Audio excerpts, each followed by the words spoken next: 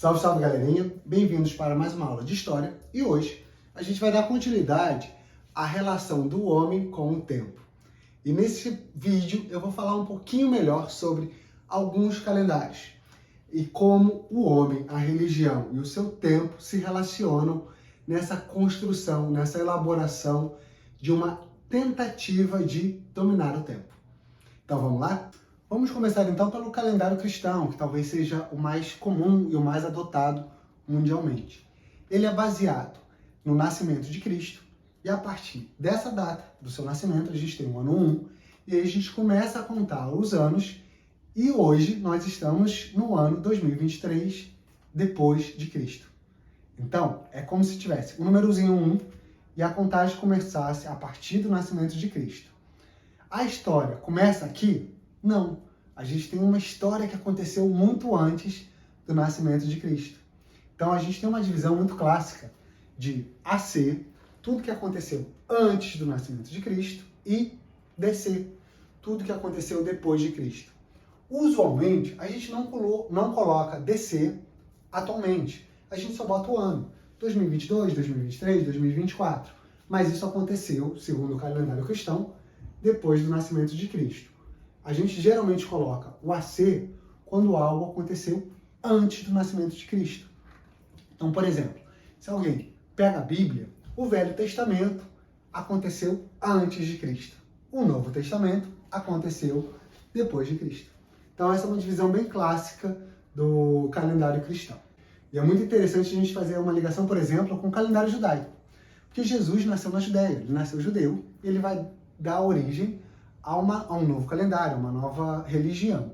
Já os judeus, eles começam a contar o seu tempo a partir da criação do mundo, que para eles, segundo a Bíblia, teria acontecido no ano de 3760 a.C.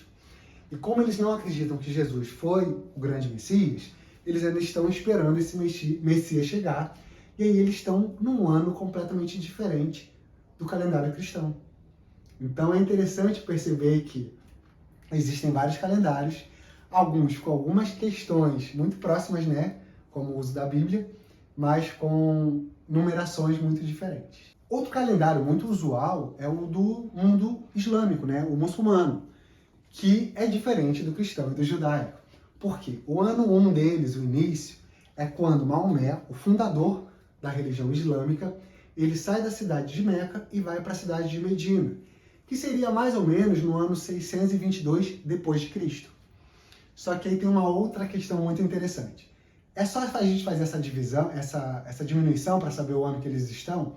Não, porque o calendário deles é baseado no ciclo das luas. Ou seja, tem uma contagem bem diferente do calendário solar cristão. Então a gente tem que fazer uma certa adequação dos dias para poder fazer esse cálculo. Mas são dois calendários que também têm diferenças muito grandes e convivem hoje em dia no mundo atual. Só a título de curiosidade, o calendário solar ele tem aí entre 10 a 11 dias a mais que o calendário lunar. Então por isso que não é só diminuir o ano para a gente saber qual é a data do calendário muçulmano. E é muito interessante que quando você viaja para esses países, já estive no Egito, na Turquia, os calendários eles coexistem.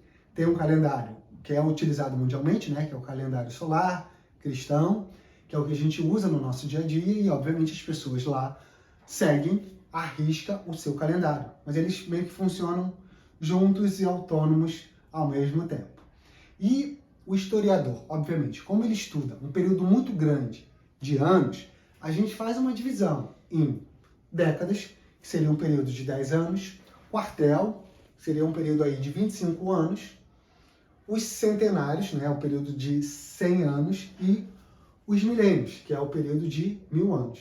Então, o historiador, ele sempre vai fazendo também essa divisão do tempo para ajudar a situar o que estava acontecendo, quando mais ou menos estava acontecendo, para que ele também tente, de alguma forma, controlar esse tempo que a gente criou como uma forma de se estabelecer no lugar e no tempo ao longo da nossa trajetória aí como seres humanos.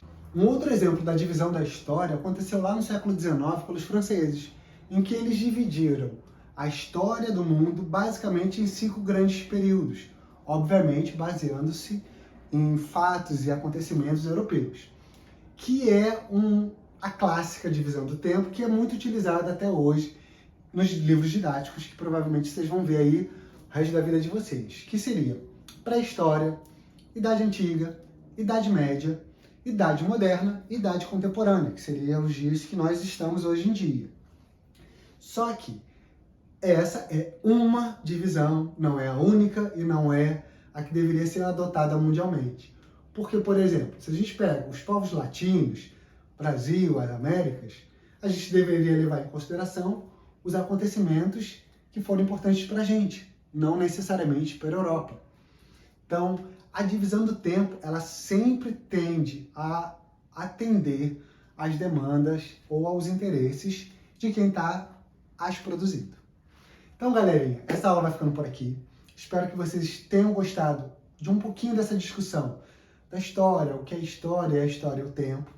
Curtam, compartilhem, se inscrevam no canal e até a próxima aula.